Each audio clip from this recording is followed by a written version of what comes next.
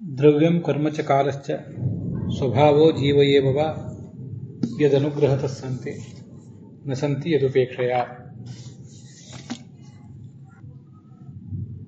ಸತ್ವಂ ರಜಸ್ತಮ ಇತಿ ತಿಸ್ರಃ ಸುರ ನೃ ನಾರಕಾಃ ತತ್ರಾಪ್ಯೇಕೈಕಶೋ ರಾಜನ್ ಭಿದ್ಯಂತೆ ಗತಯಸ್ತ್ರಿಧಾ.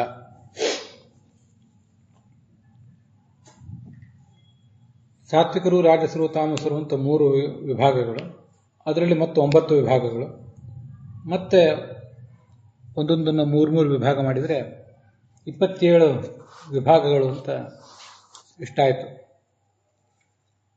ಅದರಲ್ಲಿ ಗೀತಾ ತಾತ್ಪರ್ಯದಲ್ಲಿ ಆಚಾರ್ಯರು 18ನೇ ಅಧ್ಯಾಯದ 41ನೇ ಶ್ಲೋಕದಲ್ಲಿ ಈ ರಾಜಸ ತಾಮಸರು ಮೊದಲಾದವುಗಳ ವರ್ಣನೆ ಆದ ಬಳಿಕ ಪಿತೃಗಂಧರ್ವ ಪೂರ್ವಾಶ್ಚ ಮುನಯೋ ದೇವತಾ ಇತಿ ಸಾತ್ವಿಕಾಃ ತ್ರಿವಿಧಾಸ್ತಸ್ತ್ರ ಶ್ರೇಷ್ಠಾ ಯೇ ಓತ್ತರೋತ್ತರಾಃ ಅಂತ ಇನ್ನೂ ಕೆಲವು ವಿಷಯಗಳ ಬಗ್ಗೆ ಬೆಳಕು ಚೆಲ್ಲಿದ್ದಾರೆ. ಪಿತೃಗಂಧರ್ವ ಮೊದಲಾದವರು ಸಾತ್ವಿಕ ತಾಮಸರು, ಮತ್ತೆ ಮುನಿಗಳು ಸಾತ್ವಿಕ ರಾಜಸರು,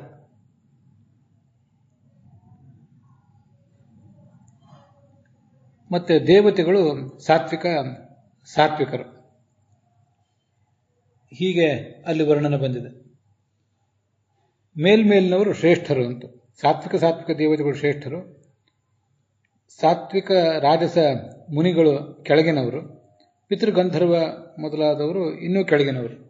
ಇಲ್ಲಿ ಈಗಾಗಲೇ ನಾನು ಈ ಹಿಂದೆ ಹೇಳಿದಂತೆ ಪಿತೃಗಳು ಅಂದರೆ ಚಿರಪಿತೃಗಳು ಅಂತ ಅದರ ಅಭಿಪ್ರಾಯ ಆಗ್ತದೆ. ಈಗ ಚಿರಪಿತೃಗಳು, ಗಂಧರ್ವರು ಇವರಿಗಿಂತ ಶತಕೋಟಿ ಋಷಿಗಳು ಹೆಚ್ಚಿನವರು, ಅವರಿಗಿಂತ ದೇವತೆಗಳು ಹೆಚ್ಚಿನವರು ಅಂತ ಇಷ್ಟು ತಾತ್ಪರ್ಯ. ಅದರಲ್ಲಿ ಮತ್ತೆ ಮುಂದಿನ ವಿಷಯಗಳನ್ನು ಆಚಾರ್ಯರು ವರ್ಣಿಸಿದ್ದಾರೆ. ದೇವ ಇಂದ್ರೋ ವಿರಿಂಚಾದ್ಯಾಹ ಇತಿ ತ್ರೇಧೈವ ದೇವತಾಃ ಕ್ರಮೋತ್ತರಾಃ ಶಿವೋವಾಣಿ ಬ್ರಹ್ಮಾಚೈವ ಉತ್ತರೋತ್ತರಾಃ ಅಂತ. ಈ ಸಾತ್ವಿಕರಲ್ಲಿ ಇಂದ್ರನಿಗಿಂತ ಕಡಿಮೆ ಇರುವಂತಹ ಬೃಹಸ್ಪತಿ ಮೊದಲಾದವರು ಸಾತ್ವಿಕ ತಾಮಸರು.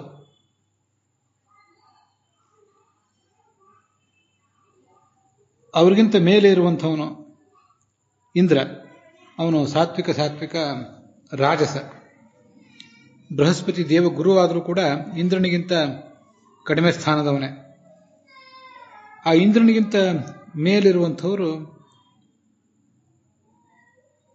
ರುದ್ರ ಮೊದಲಾದವರು, ಅವರೆಲ್ಲ ಸಾತ್ವಿಕ ದೇವತೆಗಳು.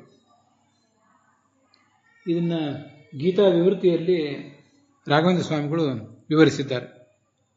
ಇಂದ್ರ ಸಾತ್ವಿಕ ರಾಜಸಃ ಬ್ರಹ್ಮಾದಿ ರುದ್ರಾವಸಾನಾಃ ಸಾತ್ವಿಕಾಃ ಅಂತ ಈಗ ಅದನ್ನು ವಿವರಿಸಿದ್ದಾರೆ. ಅದೆಲ್ಲ ಈ ಗೀತಾ ತಾತ್ಪರ್ಯದ ವಿವರಗಳನ್ನೇ ಒಳಗೊಂಡದ್ದು. ಅದರಲ್ಲಿಯೂ ರಾಘವೇಂದ್ರ ಸ್ವಾಮಿಗಳನ್ನು ವರ್ಣಿಸ್ತಾರೆ.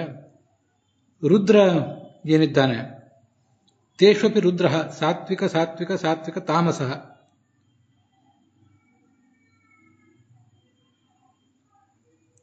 ಮತ್ತೆ ಅವನಿಗಿಂತ ಮೇಲಿರುವಂತಹ ಸರಸ್ವತಿ ಭಾರತೀಯರು ಸಾತ್ವಿಕ ರಾಜಸರು. ಬ್ರಹ್ಮವಾಯುಗಳು ಸಾತ್ವಿಕರೇ ಅಂತ ರಾಘವೇಂದ್ರ ಸ್ವಾಮಿಗಳು ಅದನ್ನು ವಿವರಿಸಿದ್ದಾರೆ. ಸತ್ವ ಮಹಾಸತ್ವ ಸೂಕ್ಷ್ಮ ಸತ್ವ ಚತುರ್ಮುಖ ಅಂತ ಗೀತಾ ತಾತ್ಪರ್ಯದಲ್ಲಿ ಆಚಾರ್ಯರು ಉದ್ಧರಿಸಿರುವ ಪ್ರಮಾಣದಲ್ಲಿ ಆ ಚತುರ್ಮುಖ ಬ್ರಹ್ಮನ ಸತ್ವಗುಣ ಅಂತ ಅನ್ನೋದು ಬಹಳ ಸೂಕ್ಷ್ಮವಾದದ್ದು ಅಂತ ಹೀಗೆ ಅದನ್ನು ವರ್ಣಿಸಿದ್ದಾರೆ. ಈ ಗುಣನಿಮಿತ್ತಕವಾದ ತಾರತಮ್ಯ ಅದು ಮುಕ್ತಿ ಪರ್ಯಂತನೂ ಇರ್ತದೆ. ಯಸ್ಮಾತ್ ಯಾವದ್ವಿಮುಕ್ತಿ ಸ್ಯಾತ್ ಮುಕ್ತಾವೇವಂ ಸುಖಕ್ರಮಃ. ಮುಕ್ತಿಯ ಪರ್ಯಂತವೂ ಕೂಡ ಈ ಪ್ರಕೃತಿಯಿಂದ ಹುಟ್ಟುವ ಸತ್ವರಜಸ್ತಮೋ ಗುಣಗಳು ಅಂತ ಏನಿವೆ, ಇವುಗಳ ಸಂಬಂಧ ಅಂತ ಅನ್ನೋದು ಎಲ್ಲರಿಗೂ ಕೂಡ ಇದ್ದೇ ಇರ್ತದೆ.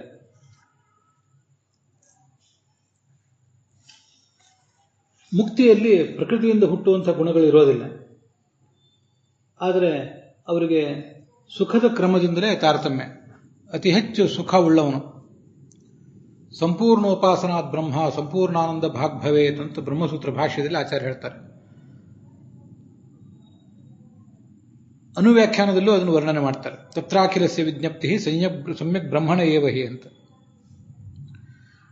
ಜೀವಕೋಟಿಯಲ್ಲಿ ಅತಿ ಹೆಚ್ಚು ಜ್ಞಾನವುಳ್ಳವನು ಚತುರ್ಮುಖ ಬ್ರಹ್ಮ. ಅತಿ ಹೆಚ್ಚು ಜ್ಞಾನ ಪಡ್ಕೊಂಡು ಅವನು ಅತಿ ಹೆಚ್ಚು ಉಪಾಸನೆ ಮಾಡಿದ್ದಾನೆ. ಯಥಾಶಕ್ತಿ ಅಖಿಲಾನ್ ವೇದಾನ್ ವಿಜ್ಞಾಯ ಉಪಾಸನಂ ಭವೇತ್ ಅಂತ ಅನುವ್ಯಾಖ್ಯಾನ ಹೇಳಿರೋದ್ರಿಂದ ನಮಗೆಷ್ಟು ಸಾಧ್ಯವೋ ಅಷ್ಟು ಹೆಚ್ಚು ಎಲ್ಲವನ್ನು ವೇದಾದಿ ಶಾಸ್ತ್ರಗಳನ್ನು ಅಧ್ಯಯನ ಮಾಡಿ ಅದನ್ನು ಮನನ ಮಾಡಿ ಮುಂದೆ ಧ್ಯಾನ ಮಾಡಬೇಕು.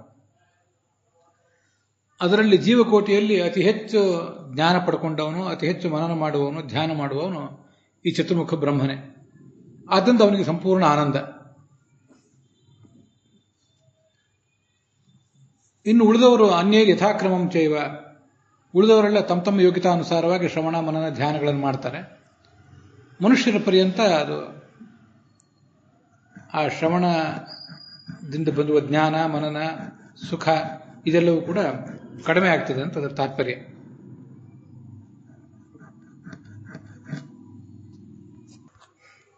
ಈ ಮುಖ್ಯ ಪ್ರಾಣ ಮತ್ತು ವಾಯು ಇಬ್ಬರು ಕೂಡ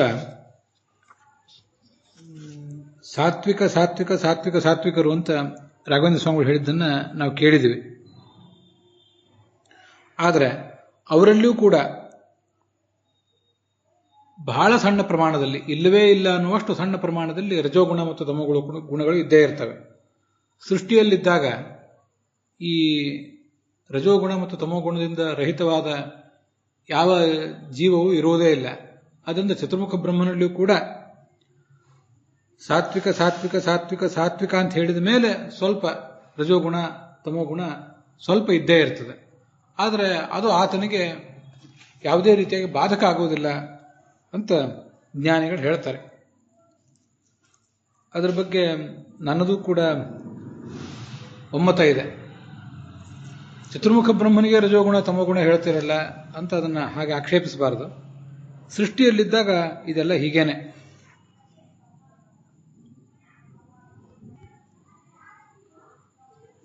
ಅದಕ್ಕೆ ಏನು ಪ್ರಮಾಣಗಳು ಅಂತ ಅನ್ನೋದನ್ನ ಮುಂದೆ ನಾವು ನೋಡೋಣ.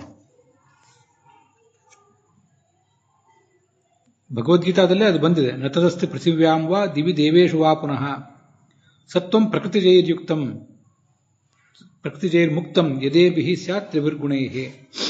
ಪ್ರಕೃತಿಯಿಂದ ಹುಟ್ಟಿದ 3 ಗುಣಗಳಿಂದ ರಹಿತವಾದ ಜೀವ ಸಮುದಾಯವೇ ಯಾವೊಂದು ಜೀವವೂ ಇಲ್ಲವೇ ಇಲ್ಲ. ಭೂಮಿಯಲ್ಲೂ ಇಲ್ಲ, ಸ್ವರ್ಗದಲ್ಲೂ ಇಲ್ಲ, ದೇವತೆಗಳಲ್ಲೂ ಇಲ್ಲ, ಎಲ್ಲೂ ಇಲ್ಲವೇ ಇಲ್ಲ ಅಂತ ಅದನ್ನು ವರ್ಣಿಸಿದ್ದಾರೆ. ಆದ್ದರಿಂದ ಬಹಳ ಅಲ್ಪ ಪ್ರಮಾಣದಲ್ಲಿ ಚತುರ್ಮುಖ ಬ್ರಹ್ಮನಲ್ಲಿ ಕೂಡ ಅದು ಇದ್ದೇ ಇರ್ತದೆ.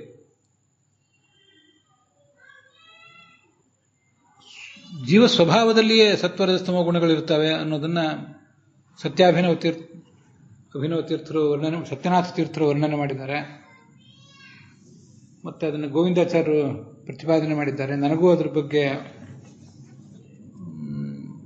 ಸಹಮತ ಇದೆ ಅಂತ ಈ ಹಿಂದೆ ಹೇಳಿದ್ದೆ. ಆ ಜೀವ ಸ್ವರೂಪದಲ್ಲಿರುವಂತಹ ಆ ಸತ್ವರಜಸ್ತಮ ಗುಣಗಳನ್ನು ಆಧರಿಸಿಯೇ ಅವರನ್ನು ಸಾತ್ವಿಕರು, ರಾಜಸರು, ತಾಮಸರು ಅಂತ ಹೇಳೋದು. ಸೃಷ್ಟಿಯಲ್ಲಿದ್ದಾಗ ಮಾತ್ರ ಆ ಗುಣಗಳು ಅವರಿಗೆ ಸಂಬಂಧಪಡುವುದು, ಮುಕ್ತಿಯಲ್ಲಿ ಹೋದಾಗ ಸಂಬಂಧಪಡುವುದಿಲ್ಲ ಅಂತ ಆದರೆ, ಅವನು ಮುಕ್ತಿಯಲ್ಲಿ ಸಾತ್ವಿಕ ಸಾತ್ವಿಕ ಸಾತ್ವಿಕ ಸಾತ್ವಿಕರು, ಸಾತ್ವಿಕ ಸಾತ್ವಿಕ ಸಾತ್ವಿಕ ರಾಜಸರು, ಸಾತ್ವಿಕ ಸಾತ್ವಿಕ ಸಾತ್ವಿಕ ತಾಮಸರು ಇತ್ಯಾದಿ ವಿಭಾಗ ಇಲ್ಲದಂತಾಗ್ತದೆ. ಅದರಿಂದ ಮೂಲ ಜೀವ ಸ್ವರೂಪಕ್ಕೆ ಸಂಬಂಧಪಟ್ಟದ್ದು ಇದೆಲ್ಲವೂ ಕೂಡ. ಆದರೆ ಮುಕ್ತಿಗೆ ಹೋದ ಮೇಲೆ ಆಯಾ ದೇವತೆಗಳಲ್ಲಿ ಮತ್ತು ಮುಕ್ತಿಯೋಗ್ಯರಾದ ಭಗವಂತನ ಭಕ್ತರಲ್ಲಿ ಸತ್ವಗುಣ ಒಂದೇ ಕೆಲಸ ಮಾಡ್ತಿರ್ತದೆ. ರಜೋಗುಣ ತಮೋಗುಣಗಳು ಯಾವುದೇ ರೀತಿಯಾದ ಕೆಲಸವೇ ಅಲ್ಲಿ ಮಾಡೋದಿಲ್ಲ. ಸ್ವರೂಪಕ್ಕೆ ಸಂಬಂಧಪಟ್ಟ ರಜೋಗುಣ ತಮೋಗುಣಗಳು ಅಲ್ಲಿ ನಿಷ್ಕ್ರಿಯ ಆಗಿಬಿಡ್ತವೆ. ಸಂಸಾರಾವಸ್ಥೆಯಲ್ಲೇ ನಿಷ್ಕ್ರಿಯ ಆಗಿರ್ತವೆ ಚತುರ್ಮುಖ ಬ್ರಹ್ಮನಂತವರಿಗೆ. ಮುಕ್ತಿಯಲ್ಲಂತೂ ಪೂರ್ಣ ನಿಷ್ಕ್ರಿಯ ಆಗ್ತವೆ ಅಂತ ಅಭಿಪ್ರಾಯ ಪಡ್ತಾರೆ. ಇದ್ರ ಬಗ್ಗೆ ತುಂಬ ಏಕಾಗ್ರ ಚಿತ್ತದಿಂದ ಮತ್ತು ಸಮಾಧಾನ ಮನಸ್ಸಿನಿಂದ ಕೇಳಬೇಕು. ಇಲ್ಲದೆ ಹೋದರೆ ಅಪಾರ್ಥ ಆಗುವ ಸಾಧ್ಯತೆ ಇದೆ. ಅದರ ಬಗ್ಗೆ ಮತ್ತಷ್ಟು ಪ್ರಮಾಣಗಳ ಚಿಂತನ, ಇನ್ನಷ್ಟು ವಿಷಯಗಳನ್ನು ಮುಂದೆ ಪ್ರಸಂಗ ಬಂದಾಗ ಹೇಳುವನಿದ್ದೇನೆ. ಅದರ ಬಗ್ಗೆ ಒಟ್ಟಾರೆ ಈ ಚಿಂತನೆ, ಸತ್ವ ರಜಸ್ತಮೋ ಗುಣಗಳ ಬಗ್ಗೆ ನಾವು ಮಾಡಬೇಕಾದ ಚಿಂತನೆ ಸಮಾಪ್ತ ಆಗಿದೆ.